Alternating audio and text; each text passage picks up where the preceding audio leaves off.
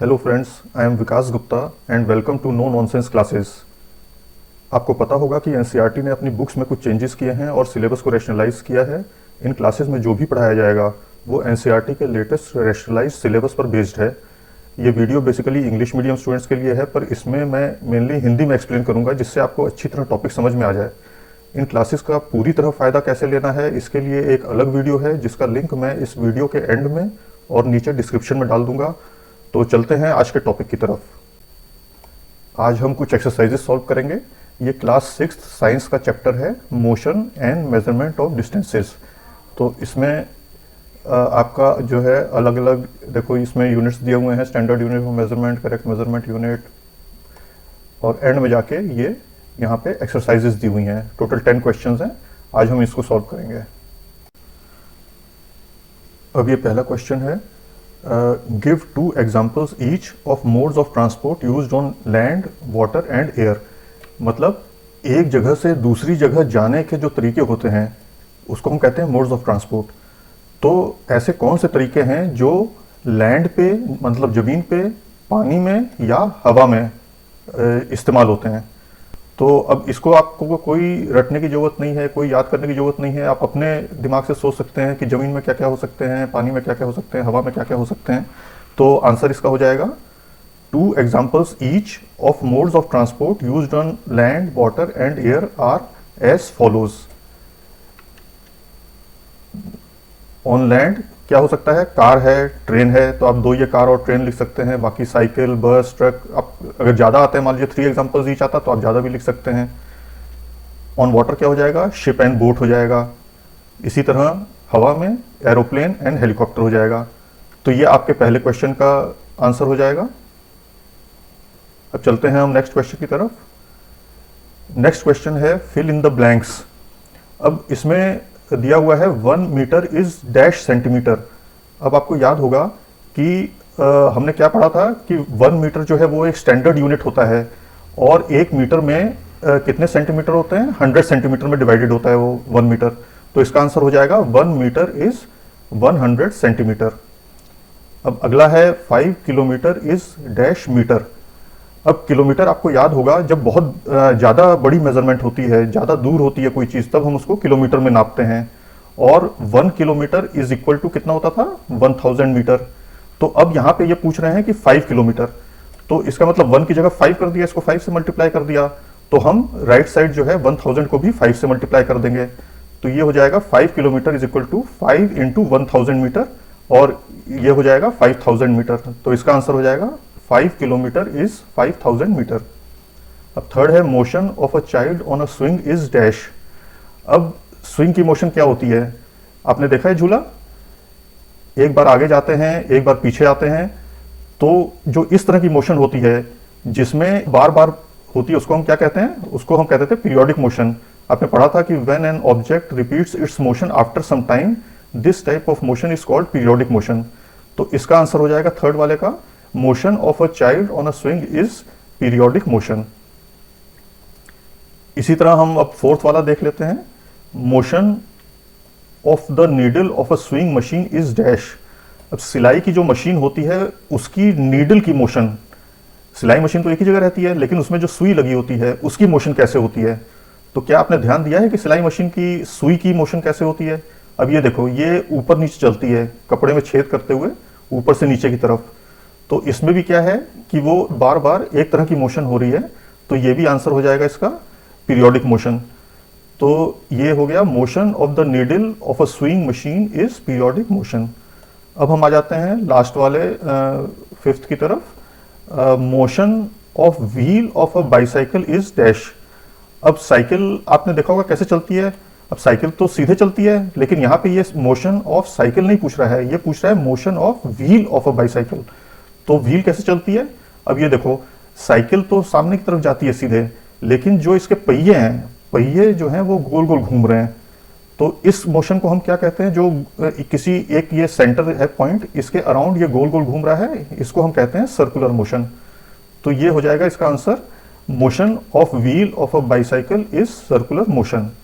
ठीक है, अब चलते हैं हम नेक्स्ट क्वेश्चन पे। Why can a pace or a footstep not be used as a standard unit of length. अब ये भी आपने पढ़ा है कि स्टैंडर्ड यूनिट मतलब क्या होता है। स्टैंडर्ड मतलब क्या है कि जो यूनिट एक रहे वो चेंज ना हो, उसको हम कहते हैं कि स्टैंडर्ड है। अब देख लेते हैं पेस क्या होता है और फुटस्टेप क्या होता है। एक पेस बोलते हैं कदम को। जैसे आप चलते हो कहीं पे, तो एक कदम लेने में आपके पैर, पिछले पैर की दूरी और जो पैर आपने आगे रखा है उसके बीच की जो ये दूरी है, इस लेंथ को हम कहते हैं वन पेस। इसी तरह फुट स्टेप या फुट स्पैन ये होता है किसी के पैर की लंबाई। ठीक है। अब इसको हम स्टैंडर्ड यूनिट ऑफ लेंथ क्यों नहीं मान सकते हैं। अब आपने देखा होगा हर आदमी का पैर अलग अलग साइज का होता है, अलग अलग साइज के जूते होते हैं ना हर एक के, तो पैर का साइज सबका अलग अलग होता है। अब किसी डिस्टेंस को जिस आदमी का पैर बड़ा है तो वो कुछ और नापेगा कि ये तो मेरे इतने पैर के बराबर है, जिसका पैर छोटा है वो उसको कुछ और नापेगा। इसी तरह जो कदम है उसमें भी देखो, जो लंबा आदमी होगा उसके कदम ज्यादा बड़े होंगे, और जो छोटा या कोई बच्चा है तो उसके कदम छोटे होंगे। तो इसलिए स्टैंडर्ड यूनिट नहीं हो सकता इसका, क्योंकि हर आदमी अलग अलग मेजरमेंट जो है वो नापेगा। तो इसी चीज को अब हमें इंग्लिश में लिख देना है कैसे। The length of a pace or the size of a footstep is different for every person, therefore a pace or a footstep can not be used as a standard unit of length. अब देखो इसमें आप हमेशा कोशिश करो, किसी भी question में आप रटने की कोशिश कभी मत करो। चीज को समझो और समझ के फिर उसको अपनी लैंग्वेज में लिखो। और कोई बहुत ज्यादा लिखने से भी ऐसा नहीं है कि मार्क्स मिलते हैं। आपको टू द पॉइंट लिखना है, जो मेन चीज है बस वो लिखनी है। अब इसमें मैंने ये 2 लाइन में लिखा है आपका इसका आंसर, और कई जगह आप देखेंगे कि इसी चीज को बहुत बड़े एक पैरा में लिखा होता है, लेकिन वो सब बेकार है। आपको टू द पॉइंट लिखना है और समझ के लिखना है। तो चलते हैं हम नेक्स्ट क्वेश्चन की तरफ। Arrange the following lengths in their increasing magnitude, 1 metre, 1 centimetre, 1 kilometre, 1 millimetre. अब आप याद करिए क्या होता था, जो है हमने पढ़ा था कि standard unit of length metre होता था। ठीक है। और उससे जब हम छोटा कोई चीज नापनी होती थी तो 1 मीटर में 100 सेंटीमीटर होते थे, और 1 सेंटीमीटर में 10 मिलीमीटर होते थे। और जब कोई बहुत बड़ी चीज नापनी होती थी तो हम उसको किलोमीटर में नापते थे, और 1 किलोमीटर में 1000 मीटर होते थे।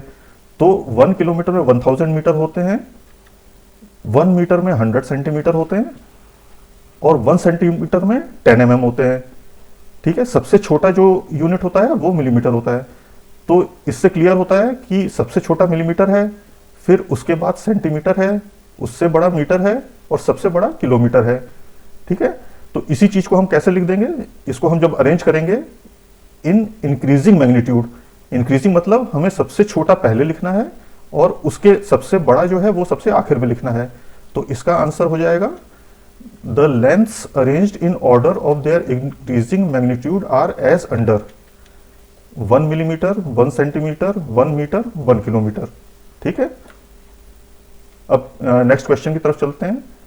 और बच्चों एक चीज ध्यान रखना कि जैसे कहीं पे आपको समझने में कुछ टाइम लगता है तो वहां पे आप स्क्रीन पॉज करके और अच्छी तरह पहले समझ लो, उसके बाद ही नेक्स्ट क्वेश्चन पे जाओ।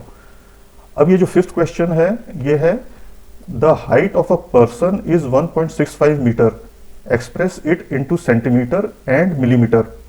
अब किसी की हाइट क्या हो गई आपकी, पैर की एड़ी से लेके सिर तक की जो हाइट होती है, दैट इज 1.65 मीटर। अब इसको हमें सेंटीमीटर और मिलीमीटर में लिखना है। अब याद करो आपका हमने क्या पढ़ा था, 1 metre is equal to 100 centimetre होता है। तो 1.65 मीटर ये कितना सेंटीमीटर हो जाएगा। अब यहां अगर हम लेफ्ट साइड को 1 को मल्टीप्लाई कर दें 1.65 से, तो हमें राइट साइड को भी 1.65 से मल्टीप्लाई करना पड़ेगा। तो 1.65 मीटर हो जाएगा, 1.65 metre is equal to 1.65 into 100 centimetre. और ये कितना हो जाएगा, 1.65 into 100 is equal to 165 centimetre. तो 1.65 मीटर को जब हम सेंटीमीटर में लिखेंगे तो वो हो जाएगा 165 सेंटीमीटर। तो पहले वाले का आंसर हो जाएगा 165 सेंटीमीटर। अब इसको मिलीमीटर में चेंज करना है। तो एक तरीका तो ये है कि हमें पता है कि 1 centimetre is equal to 10 millimetre होता है। तो हम 165 सेंटीमीटर को अगर मिलीमीटर में चेंज करेंगे तो हम 10 से मल्टीप्लाई कर देंगे और ये हो जाएगा 165 इंटू 10 और 1650 मिलीमीटर। दूसरा तरीका है कि हम बेसिक से चलें शुरू से। वो क्या हो जाएगा, हमें पता है कि 1 metre is equal to 100 centimetre होता है। अब इस सेंटीमीटर यहाँ पे जो है सेंटीमीटर में, इसको हम ऐसे भी लिख सकते हैं कि is equal to 100 into 1 centimetre. ठीक है, 100 centimetre is equal to 100 into 1 centimetre, और 1 सेंटीमीटर हमें पता है इज इक्वल टू 10 मिलीमीटर होता है। तो इसको हम लिख सकते हैं 100 इंटू 10 मिलीमीटर। अब 100 इंटू 10 कितना हो गया, ये हो गया इज इक्वल टू 1000 मिलीमीटर। तो इसका मतलब 1 metre is equal to 1000 millimetre.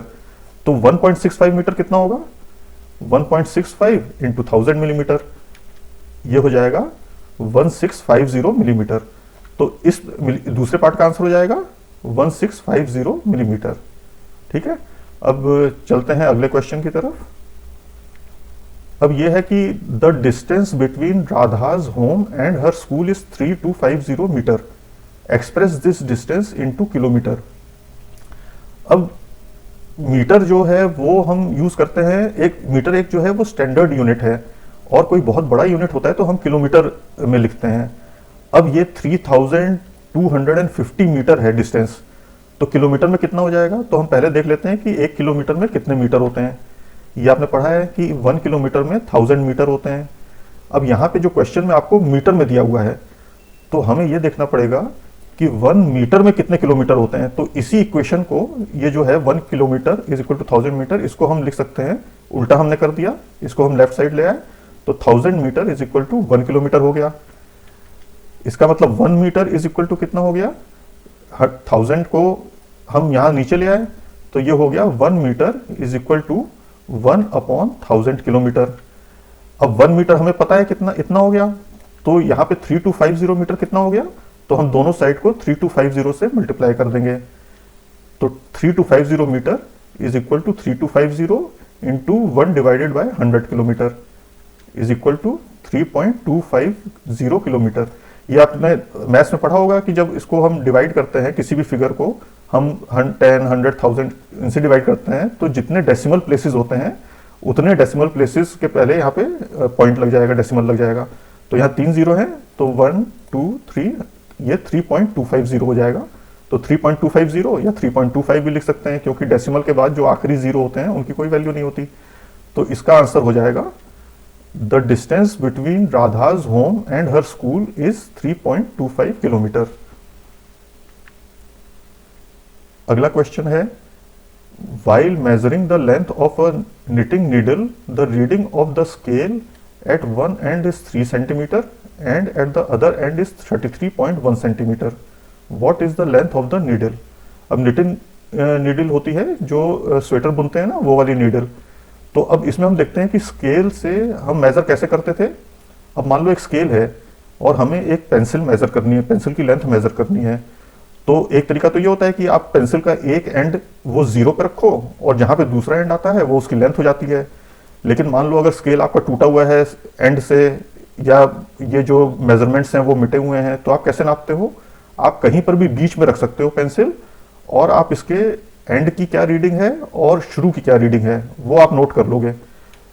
तो अब मान लो कि जो रीडिंग इसके शुरू में या स्टार्ट में है वो रीडिंग है रीडिंग 1, R1 उसको हम लिख देते हैं, और जो एंड में उस ऑब्जेक्ट की रीडिंग आ रही है वो R2 है, रीडिंग 2। तो लेंथ क्या हो जाएगी इस पेंसिल की, जो लेंथ होती है वो होगी second reading minus first reading, R2 minus R1। तो इस केस में देखो R2 क्या है, यहाँ पे R2 ये आप देख सकते हो, ये 17 सेंटीमीटर पे आ रहा है, और R1 जो है ये यहाँ पे 4 सेंटीमीटर दिखा रहा है। तो पेंसिल की लेंथ क्या हो जाएगी, R2 माइनस R1, ये हो जाएगी 17 माइनस 4। इसका आंसर हो जाएगा 13 सेंटीमीटर। तो इस पेंसिल का जो लेंथ है वो 13 सेंटीमीटर होगी। अब यही चीज ये पूछ रहा है निटिंग नीडल के बारे में।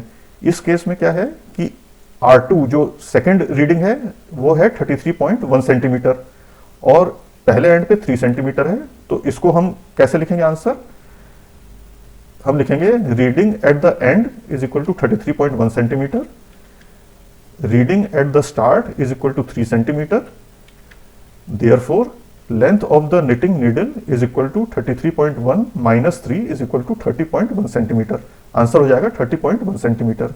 तो जो प्रॉपर तरीका है वो इस तरफ पूरा कि आपको क्या दिया गया है क्वेश्चन में वो लिखो, और उसके बाद आंसर और कैसे वो आंसर निकला वो भी लिखो। कई लोग क्या है कि आप आंसर 7 में बस ये लिख दोगे 30.1 सेंटीमीटर, या इतना लिख दिया आपने 33.1 minus 3 is equal to 30.1 centimetre. तो इसमें हो सकता है ठीक है नंबर आपको मिल जाएंगे, टीचर दे सकते हैं नंबर, लेकिन जो प्रॉपर तरीका है वो है पूरा लिख के करने का। अब अगला क्वेश्चन हम देख लेते हैं। Write the similarities and differences between the motion of a bicycle and a ceiling fan that has been switched on.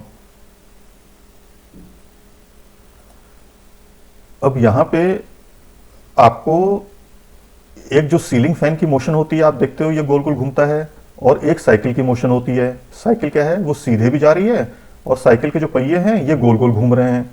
तो आपको सिमिलैरिटी बतानी है कि इनमें क्या समानता है, और डिफरेंसेस कि इनमें अलग अलग क्या है। तो क्या क्या सिमिलैरिटीज हो जाएंगी। अब देखो पंखे में क्या है कि एक पॉइंट है, यहाँ पे एक पॉइंट है जिसको एक्सिस हम इसका बोलते हैं, उसके चारों तरफ ये ब्लेड घूम रहे हैं। इसी तरह साइकिल का भी हब जो होता है, ये पॉइंट है दोनों पहियों का हब, और इसके चारों तरफ ये पहिए घूम रहे हैं गोल गोल। और साइकिल क्या है, एक तो पहिए घूम रहे हैं, दूसरे साइकिल आगे भी जा रही है, जबकि पंखा एक ही जगह पे लगा हुआ है। तो इसको हम सिमिलैरिटी क्या क्या हो गई, similarities between the motion of a bicycle and a ceiling fan. पहली सिमिलैरिटी हो गई, the blades of a fan and the wheels of a bicycle rotate about a fixed axis. ये जो बीच का एक्सिस है ये इसके चारों तरफ घूम रहा है, और जो पहिए हैं इसके, ये जो एक्सिस है या हब है उसके चारों तरफ गोल गोल घूम रहे हैं। तो the blades of a fan and the wheels of a bicycle rotate about a fixed axis. और दूसरी क्या सिमिलरिटी हो गई, any point on the blades of a fan और on the wheel of a bicycle has circular motion about the axis. तो पहला तो हो गया कि इन दोनों में एक एक्सिस होता है जिसके चारों तरफ मोशन होती है, और दूसरा हो गया, अब मान लो ब्लेड पे कोई पॉइंट है, यहाँ पे एक पॉइंट है ब्लेड पे, तो ये पॉइंट एक्सिस के चारों तरफ कौन सी मोशन कर रहा है, सर्कुलर मोशन हो रही है इसकी।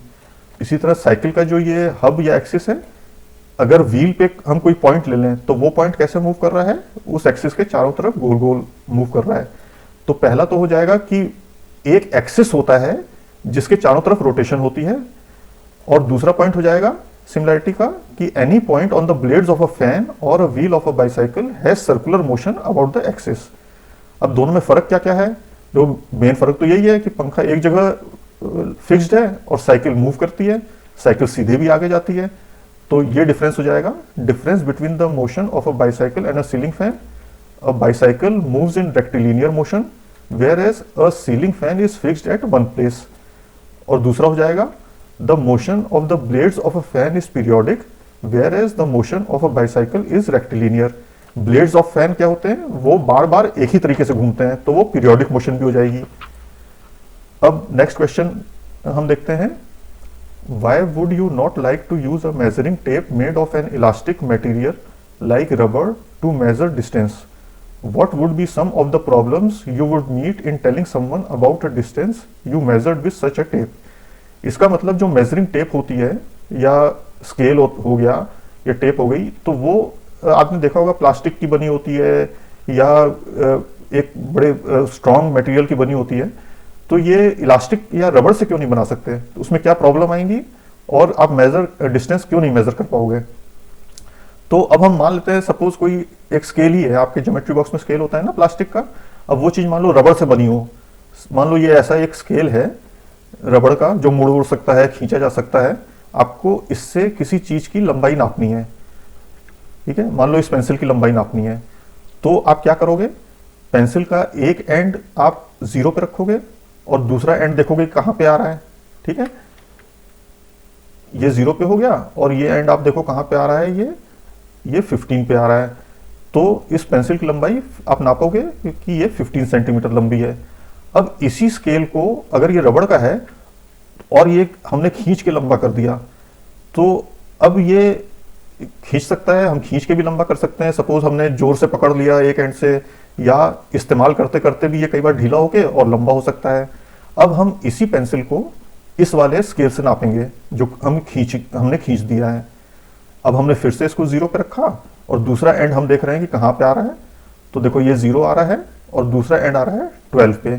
तो आपको लगेगा कि पेंसिल की लेंथ जो है वो 12 सेंटीमीटर है। तो यहाँ पे 15 सेंटीमीटर थी, यहाँ पे 12 सेंटीमीटर है। तो इसका मतलब ये स्केल गलत बता रहा है, दोनों रीडिंग तो सही हो नहीं सकती। तो अब इसी चीज को हमें इंग्लिश में लिखना है कि हम रबड़ से बने हुई मेजरिंग टेप को क्यों नहीं यूज करते हैं मेजरमेंट के लिए। तो आंसर इसका क्या हो जाएगा?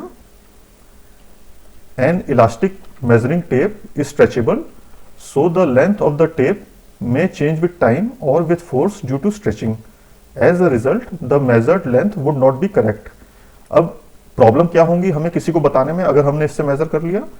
There will be following problems in telling someone about a distance measured with such a tape. पहली, we do not know how much the tape was stretched during measurement. उसको हम नहीं नाप सकते कि कितना खींच गई है टेप या कितनी ढीली हो गई यूज करते करते। और दूसरा है the length of the elastic tape will also keep changing with change in temperature. अब ये रबड़ का स्केल होगा, ये गर्मियों में ढीला हो जाएगा, लंबा हो जाएगा, सर्दियों में ये छोटा हो जाएगा, क्योंकि टेम्परेचर के साथ भी हर चीज की थोड़ा सा साइज चेंज होता है और जो इलास्टिक चीजें होती हैं उनका काफी चेंज होता है। तो इस वजह से हम मेजरिंग टेप जो है वो इलास्टिक मटेरियल की नहीं बनाते। अब हम आ जाते हैं जो हमारा लास्ट क्वेश्चन है, ये सिंपल सा क्वेश्चन है, give 2 examples of periodic motion. अब पीरियोडिक मोशन आपने पढ़ा था कि जो रिपीट होती है मोशन, टाइम के साथ साथ वो मोशन रिपीट होती रहती है। और एग्जाम्पल्स इसके क्या दिए हुए हैं, एनसीईआरटी की बुक में भी आपने देखा है कि ये स्विंग का एग्जाम्पल है, इसमें आगे पीछे मूवमेंट हो रही है, तो ये पीरियोडिक मोशन है। फिर और दिए हुए हैं एग्जाम्पल्स बुक में, आपका पेंडुलम वॉच हो गई, गिटार और तबला, जो गिटार का स्ट्रिंग होता है ये भी पीरियोडिक मोशन करता है, तबले के जो ड्रम की सरफेस होती है ये भी पीरियोडिक मोशन करती है, बेल है। और इसके अलावा एक हमने पिछले क्वेश्चन में भी देखा था, स्विंग मशीन है, उसकी नीडल भी पीरियोडिक मोशन करती है। तो इसी चीज को हम क्या लिख देंगे, इनमें से कोई भी आप 2 एग्जाम्पल लिख सकते हैं। तो आंसर हो जाएगा the examples of periodic motion are swing and pendulum clock. और आपको ज्यादा भी, सपोज मान लो यहाँ पे आ जाता कि गिव 3 एग्जाम्पल्स, तो आपको कुछ और भी पता होने चाहिए ताकि आप एग्जाम में उसी तरीके से लिख दो, जैसे needle of swing machine, string of a guitar, surface of a drum. तो ये जो है इसका आंसर हो गया 10th क्वेश्चन का। So friends, we come to the end of this video. If you have any doubts or queries, you can post in comment section or drop an email or follow me on social media handles given below. I will put the links to similar videos on this page and in the description section. अगले video में आपसे फिर मुलाकात होगी। Till then, goodbye, take care and God bless you all.